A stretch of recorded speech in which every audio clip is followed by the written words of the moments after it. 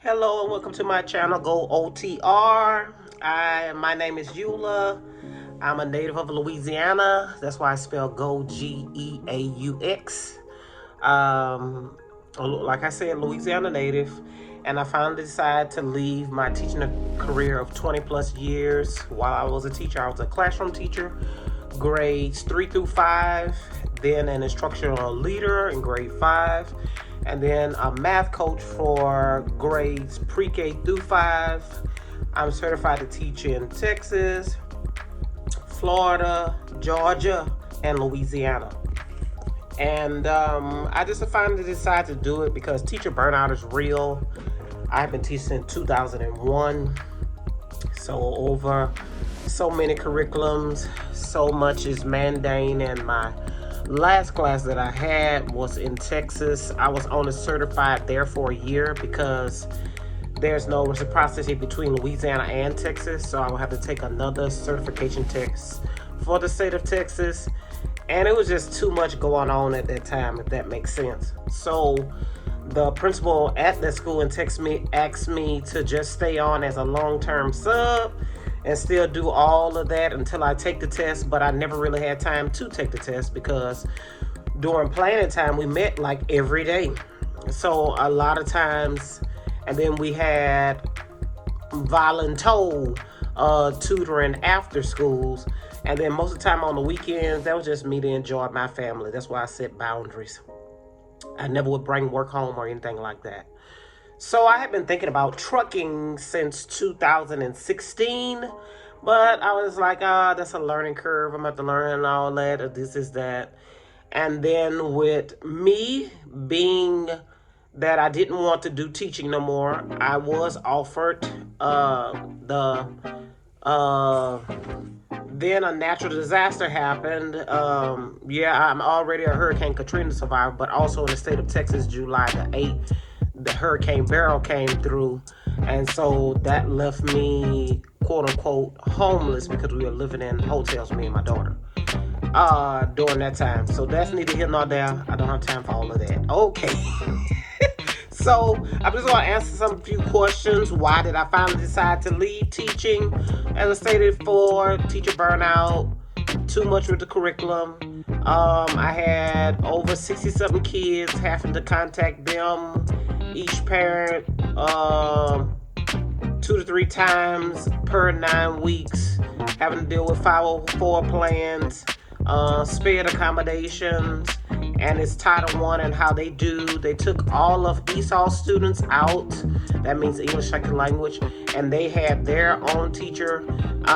Then they took all gifted kids out and they have their own teacher. So I'm left with regular ed, SPED, and 504 students. And it's not to say anything against the students. It's just that it means more paperwork on your behalf, and that's why I never had a planning time, because I'm always in SPED meetings, or we have grade level meetings, and then we have curriculum meetings for math, because I taught math and science. So we'll meet a day for math and then a day for science. And then we have to meet with our grade level chairperson. So that included all 5 days. So I would just get home, just be very tired and exhausted, and I just didn't want to do it anymore. It says, what were the most common burnout factors? Teaching towards the test, having kids that are 3 to 4 grade levels behind. Like I told you, I taught 5th grade, looking at their testing scores from the previous year, which was 4th grade, and had over 80% of students from that 4th grade test be unsatisfactory. So in order for you to get your bonus, you have to bring them to satisfactory and above, or at least move 1 achievement level. The other thing, how my family and friends were acting to the news. My family is always very supportive. Basically, like I said, I'm 46, so I don't have a husband. All I have is 1 daughter. So it's basically rather easy for me to pivot. That's about it. Nothing really big. And what is my ultimate goal in achieving this? I wanted more financial freedom, because when I had to move back to Louisiana, the location where I'm at is a rural community, And even though I had 20 plus years, they were telling me all I could do is make 44,000. Okay. And then when I was in Baton Rouge, East Baton Rouge Parish Schools, my highest salary was 58,000 a year. And this taking into account, most of the time I would get to school around 6:45, and then we would be able to leave at 3:40. But when I was in Texas, I would get to school around 6:15 and wouldn't leave until 6:30 at times. And that was Monday through Friday. So with trucking, however, you get paid by the mile and how many miles you drive, as well as the thing is you get paid weekly. Whereas when I was in Texas, I got paid bi-weekly. And when I originally worked in Georgia in 2006 to 2011, I got paid monthly. So I'm looking forward to use this income. I already have it set up in different accounts to do more investing, as well as pay off my debt. And as well as build a cushion for the next business idea adventure that I have, because I'm an artist and I used to have my art in stores in 2020, 2021, but then after that I just stopped because the cost for having it in the store and having to pay them a certain percentage of your artwork and supplies, it was just not feasible to continue. I may use it the money that I have. I want to start a marketing business per se, but I won't go into detail for that. But those are some of the things. Over the road, I'm looking for the freedom and to be able to view different things. For example, I'm already in week 2 now, so week 1 to see the renewable energy as far as the wind turbines, to see that and how large scale it is in comparison to teaching it to my students for science.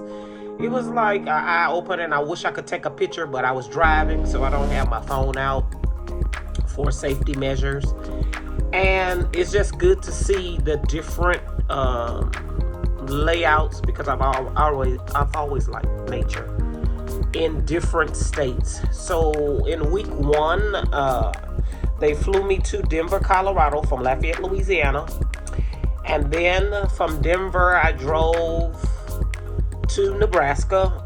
And then we dropped the load there. And then from Nebraska, we picked up a load and we drove it all the way to Michigan. So I was able to drive through Indiana, Illinois, all of those states to get to Michigan.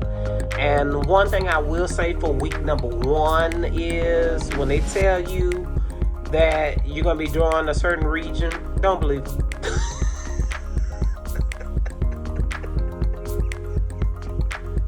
That's all I got to say. I went from flying from Lafayette, Louisiana, then it flew me to Houston. So Lafayette, Louisiana, it was 75 degrees.